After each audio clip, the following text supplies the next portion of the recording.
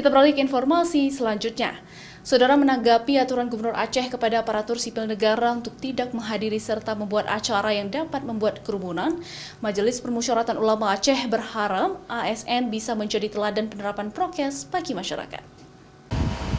Majelis Permusyawaratan Ulama Provinsi Aceh berharap aparatur sipil negara pemerintah Aceh dapat menjadi teladan penerapan protokol kesehatan di tengah-tengah masyarakat dengan tidak membuat dan menghadiri acara yang dapat terjadinya kerumunan. MPU Aceh mendukung keputusan Gubernur Aceh terkait larangan PNS untuk menghadiri acara yang menyebabkan kerumunan. Hal ini untuk memutus mata rantai penyebaran COVID-19 di Aceh, sehingga kasus positif COVID-19 di Aceh dapat ditekan dan terus berkurang.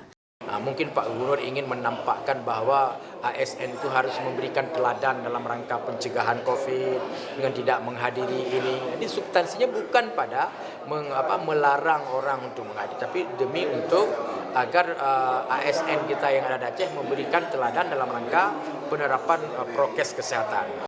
Meskipun masyarakat pada umumnya tidak ada larangan dalam membuat dan menghadiri acara, Wakil Ketua MPU Provinsi Aceh juga meminta masyarakat untuk terus menerapkan protokol kesehatan secara ketat di tengah-tengah masyarakat dalam kegiatan sehari-hari.